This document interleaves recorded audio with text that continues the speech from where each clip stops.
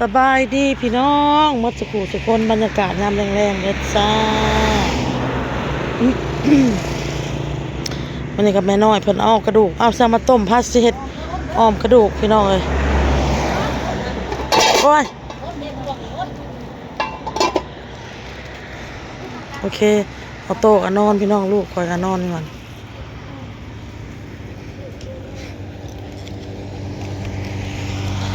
น้องดาวสบายดีแน่สบายดีมี FC เพิ่นก็อยากเห็นบ้านน้องดาวเพิ่นว่าเนาะเทื่อหน้าน่ะพาไปเบิ่งบ้านน้องดาวแน่เพิ่นอยากเห็นว่าได้น้องดาวอยากให้ FC เห็นอยู่บ่ฮะอยากเห็นอีหลีนี่เพิ่นว่าเพิ่นอยากเห็นเทื่อหน้าแหละพาไปพาไปถ่ายบ้านน้องดาวไปเบิ่งบ้านน้องดาวน้องดาวเพิ่นก็บ่ได้เซิงว่าเป็นครอบครัวที่แบบว่าอีหยังพี่น้องปานกลางครอบครัวเพิ่นเด้อพี่น้องเด้อเพราะว่าพ่อกับแม่แยกทางกันแม่เพิ่นก็ไปมีครอบครัวใหม่พ่อมีแล้ว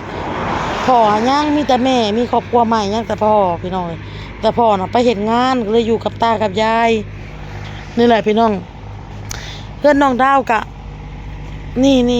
บ่อนกกไม้อันนี้กกอันนี้ไปกับแม่โลดพี่น้องโอ้ละกกวิกโพละพี่น้องนี่จากนี่ไปบ่ได้ไกลดอกพี่น้องมานี่เราก็ย่างมาพี่น้องเลยก็เดี๋ยววันมื้อหน้าก่อนเนาะพี่น้องหรือว่าไปมื้อนี้บ่ดาวฮะมื้อหน้าเนาะแล้วแต่ความสะดวกของน้องนะพี่น้องก่อนคือเมื่อวานนี่ค่ะเพิ่นว่าบ่มีไผอยู่เฮือนพ่อเฒ่าก็ไปยามอันนี้ค่ะบ่มีไผเพิ่นบ่สะดวกอ้นก็ย่าอ้นก็บ่ได้ไปถ่ายคันว่าน้องอ้นถามน้องก่อนว่าน้องสะดวกบ่คันน้องสะดวกอ้นก็จึงไปถ่ายได้พี่น้องถ้าน้องบ่สะดวกอ้นก็บ่ไปพี่น้องเอ้ยคือเรามาเราก็สิมาซอยเวียกข่อยน้ำพี่น้องเอ้ย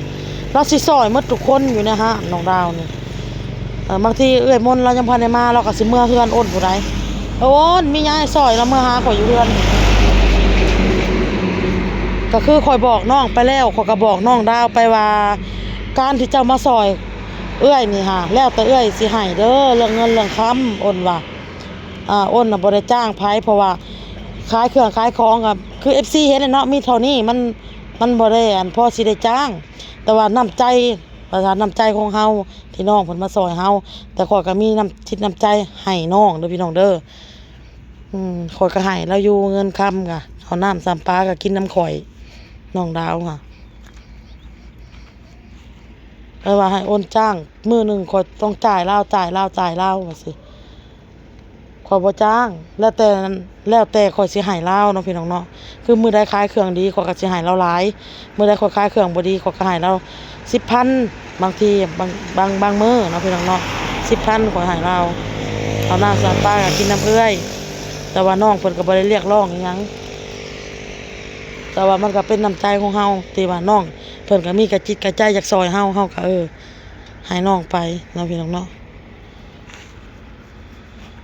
โอนก็สิมาแกงอันนี้แหละพี่น้องแกงอ่อมอันนี้แหละกระดูกอันนี้แหละกินข้าวกับแม่น้อยกินลูกข่อยก็นอนพี่น้องก็โต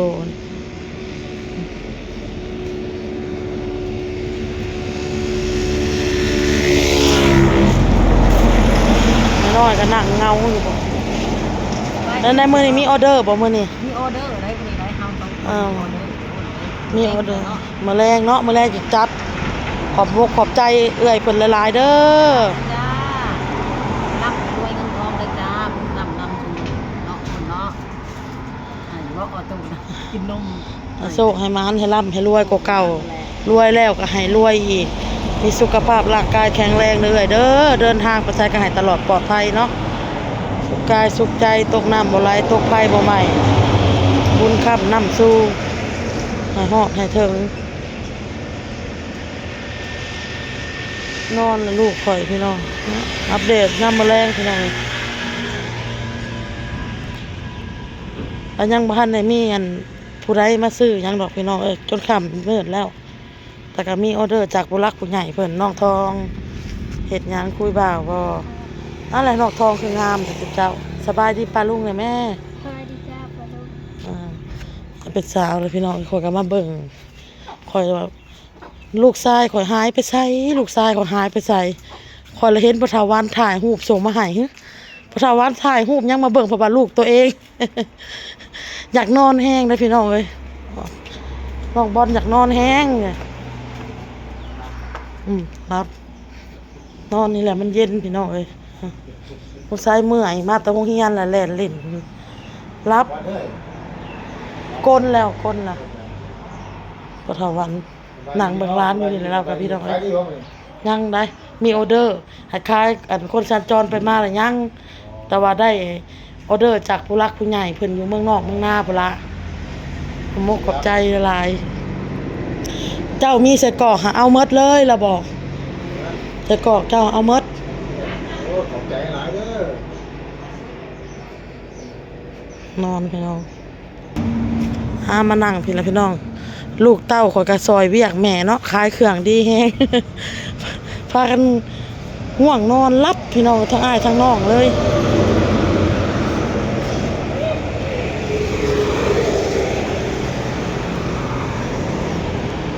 น้องดาวกันสำเด็กน้อยพี่น้องเล่นโลด ขายเครื่องแน่เด้ผู้บ่าวมาซื้อเครื่องนั่นยังเนาะอันนี้แหละเอาจ้ามเหรอเอาจังไม้ ไม้ทะเล ไม้5,000ได้ลูกค้าเลยเอา25,000เอาอันนี้ลงเลยอุ่นให้เราเพียง3 ไม้เอา5 ไม้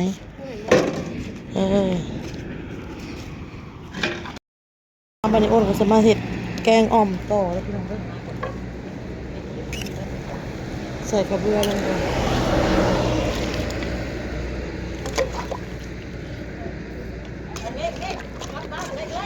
ใส่กระเบือลงเดี๋ยวรอกระเบือสุกก่อนพี่น้องต้องประแดกใส่ผงนัว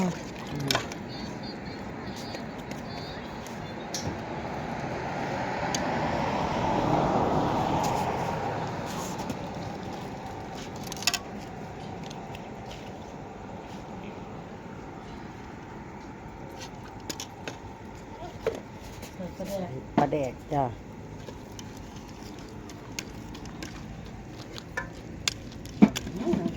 เอาเจ๋ออัพต้องได้ทองกับตัวอัพทองเวลาเห็ดเรียกจะทองเลย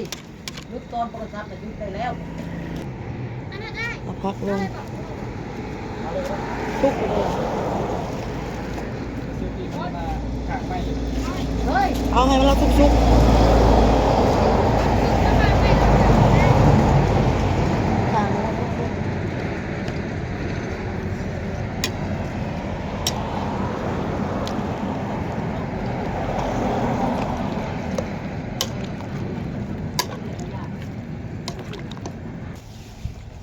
มาพี่น้องเอ้ยบัดนี้ใส่ผักใส่ยางอะไรเรียบร้อยเนาะถือว่าสำเร็จพี่น้องเสิร์ฟได้บัดนี้แล้วพี่น้องคลิปกินขับไปเบิ่งคลิปไม่เท่าน้อยเด้อพี่น้องเด้อยับมาใส่ดอกไผ่พี่ซะน้อยยับมาใส่ดอกไผ่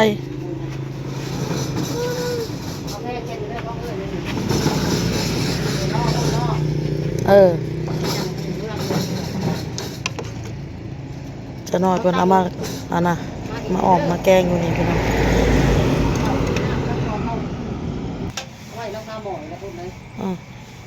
ตักกินบ่ได้อุ่นปิ้งเลยเนาะเฮาต้องพักผมแซ่บๆพี่น้องให้กระดูกนอนเราบ่อยากบ่เราไปซื้อฉันเทน้ำใส่บัดนี้นะเจ้าเอาอีกว่ากันบัดหิวรอบเด้อเขาก็กินกันพี่เจ้าเพราะว่าสิแบ่งให้นั้นนักอดนำเนี่ยแบ่งบ่น้อยเนาะไม่วันเหลือน้ำใส่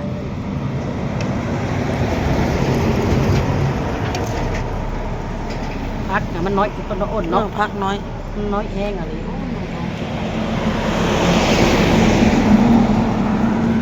อุ่นกัน ห้อง